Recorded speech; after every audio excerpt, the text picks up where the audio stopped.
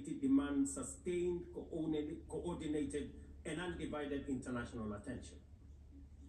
A careful and orderly transition from MSS is essential to consolidate the hard-won gains so far achieved. I urge the Security Council and all partners to remain steadfast in ensuring that Haiti moves forward on a path of peace, stability, and renewal. Ladies and gentlemen, on human rights, our principle is clear and unwavering. The protection of civilians and respect for humanitarian law cannot be applied selectively. We cannot condemn suffering in one place and turn a blind eye in another. Kenya is gravely concerned by the humanitarian catastrophe in Gaza and by the immense suffering of civilians caught in the devastation of disproportionate military operations. At the same time, we call for the unconditional release of Israeli hostages. In line with the African Union and United Nations resolutions, we also call for a permanent ceasefire, for strict adherence to international humanitarian law, and for the launch of a credible political process. Only through such a process can the vision of a two-state solution be realized, where Israel and Palestine live side by side in peace, security, and stability. Kenya is equally deeply troubled by the worsening humanitarian situation in Sudan, where innocent citizens are caught in the crossfire of a needless war. We fully endorse the Quad, comprising Egypt, Saudi Arabia, the United Arab Emirates, and the United States, in affirming that there cannot be a military solution and that only political dialogue offers a viable path forward. We join the Quad in urging all parties, including SAF, RSF, and the external actors, to respect Sudan's sovereignty, unity, and territorial integrity, and firmly reject any attempts to divide the country, reaffirming our unwavering support for a unified Sudan for the benefit of all its people. Excellencies, distinguished delegates, those who look to the future with a clear vision know that climate change is not only the single greatest threat of our age, but also one of the greatest transformation opportunities of our time. The global stocktake has made it plain that the world is off track. Current national determined contributions are steering us towards temperature rises far beyond any safe threshold. This is the difference between survival on one hand and devastation for millions across the world on the other. Kenya and Africa are not passive victims of this crisis. We are taking bold steps showing that climate action is not only possible, but can also be the foundation for inclusive growth. We are building a climate resilient society by embedding adaptation into every sector, from agriculture and energy to infrastructure and livelihoods, to sustainable mining and artificial intelligence. This ambition is visible on the ground.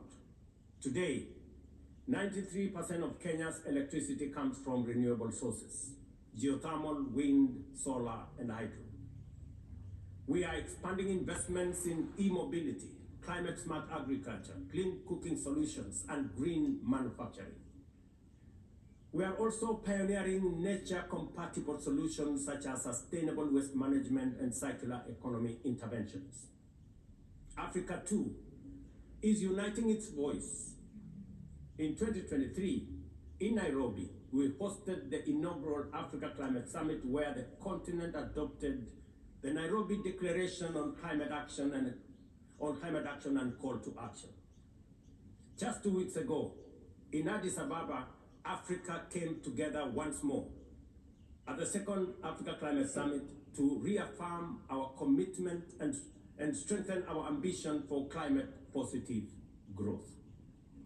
We declared Africa not just as a victim of the crisis, but as a source of solutions, with climate action driving economic growth, transformation, and job creation for our communities. Ambition, ladies and gentlemen, cannot stand on willpower alone. Implementing our new NDCs will require $56 billion. That is why we call on the global community to unlock the $300 billion agreed at Baku and to accelerate negotiations towards the new 1.3 trillion goal under the Baku-Belém roadmap. Without affordable finance and without reform of the international financial architecture, the promise of climate action in Africa will remain constrained. Madam President, in the aftermath of World War II, the Bretton Woods institutions were created to stabilize the global economy and rebuild war-torn Europe. At that time, their design reflected the power and interest of the victorious nations, who were also their primary shareholders and beneficiaries. The IMF was tasked with upholding the gold standard exchange rate system, while the World Bank was established to finance Europe's reconstruction. Both have since evolved into development finance institutions, but their structures, decision-making, and governance remains dominated by wealthy nations. Today, the global context is vastly different.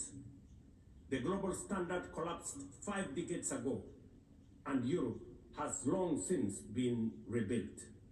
Yet, the governance of these institutions has not kept pace with needs of a multipolar world, especially the needs of poor and developing nations. The mismatch between shareholders and stakeholders has become starkly visible. For instance, during the IMF's recent allocation of special drawing rights, 64% went to wealthy nations. Just imagine, 64%.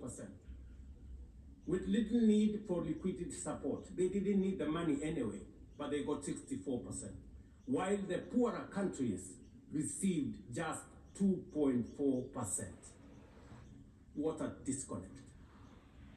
The imbalance highlights how the very institutions meant to safeguard global finance stability often perpetuate inequality and instability. I have argued, and I say it again, that the current global financial architecture punishes poor countries with high interest rates and enormous conditionalities, while rewarding rich nations with lower interest rates and softer lending rates. Its rules, priorities, and allocation mechanisms consistently favor those already prosperous, while trapping vulnerable economies in cycles of debt, high borrowing costs, and inadequate access to emergency support and concessional funding. It is imperative to transform these institutions into genuinely independent, apolitical global bodies that their operations are aligned with their global mandate. Such a shift would democratize decision-making, restore credibility, and allow the IMF and the World Bank to serve all countries fairly rather than reinforcing old hierarchies. But Africa is not merely waiting for external prescriptions. We are taking bold and deliberate steps to strengthen our financial independence, safeguard our stability, and accelerate our development. Kenya, for instance, fully endorses the establishment of the Alliance of African Multilateral Financial Institutions, launched with the Africa Union in February 2024. This alliance brings together our homegrown banks, Afreximbank, the Africa Finance Corporation, the Trade and Development Bank, Shelter Africa, Africa Re, Africa Development Bank, Africa Trade and Investment Development Insurance, and ZEPRI, institutions that embody Africa's determination to mobilize resources, finance trade, and build resilience on our own terms. At the same time, the Africa Union is championing 3 transformative institutions. The Africa Central Bank, which will issue a single currency and free our trade from dependence on foreign money. The Africa Monetary Fund, positioned to stabilize our economies and give us true financial sovereignty. And the Africa Investment Bank, designed to mobilize resources for infrastructure, industrialization, and integration that Africa needs to rise. And to complete this vision, the Africa Credit Rating Agency, one that understands our realities, values our uniqueness, and tells our story with fairness and truth, has already been established. Excellencies, as we mark the 80th anniversary of the United Nations, Africa also marks 20 years since the Ezulwini Consensus and the 60th Declaration, the 2 historic milestones that establishes the common African position on UN Security Council reforms.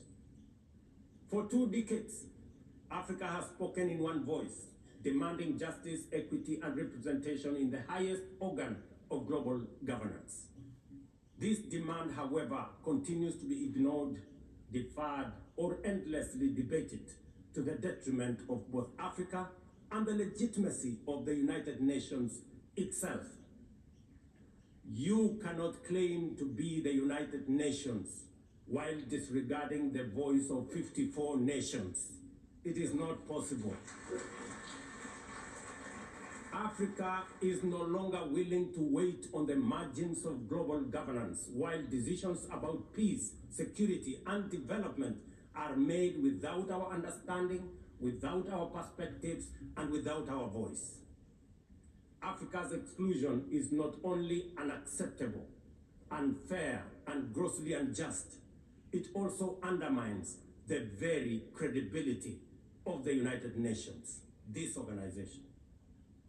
Africa dominates most of the Security Council agenda, provides some of the largest contingents of UN peacekeeping forces, and bears the heaviest costs of instability.